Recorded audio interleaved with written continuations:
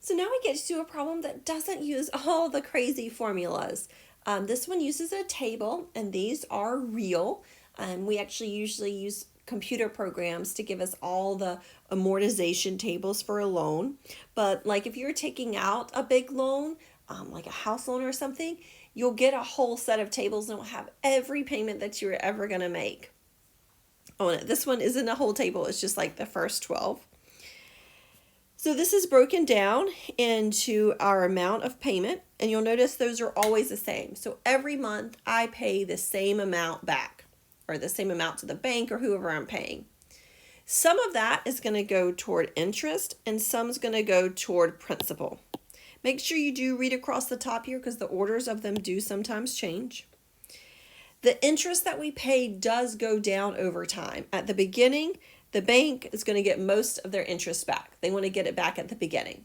Just in case something happens and you don't finish paying the loan, they've been paid most of their stuff. So you see, interest goes down over time. As the interest goes up, we get to have more and more going toward our principal. So our principal payment, the amount that goes toward the loan, goes up each time. And then if we started this loan out with $1,000, if you do 1,000 minus 78.85, that gives you the new amount at the end of that payment. And then the next month we paid 79.64. That's going to give you your new amount. So the portion that says to go to principal, that's how much goes toward the principal. This also, the portion that goes to principal, we sometimes say that this is the amount that's used to reduce the debt.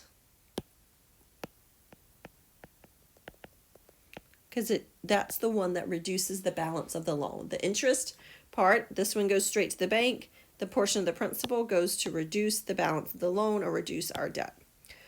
All right, so let's answer these questions down below. We want to find the amount of the 8th payment that's interest. So I'm going to go to 8th payment, and I'm going to go to the interest right here. So it's just $4.31, just reading across that table. The amount of the 10th payment that's used to reduce the debt. Reduce the debt's the one that's going to principal. So $86.24. We want to know how much interest was paid in the first 4 months. So the first 4 months are right here. Be careful on these. Sometimes when it's first 4 or last 4, just make sure and count 1, 2, 3, 4. Even if it said last 4, I would have started from the bottom and counted up 1, 2, 3, 4. So just always kind of count that to make sure that you have the right amount. So I'm just going to add those together. And that's going to give me $35.24. On the last one, how much is still owed at the end of the ninth payment? I'm going to go all the way to ninth payment. This is how much is owed on the loan. And I have all of them answered.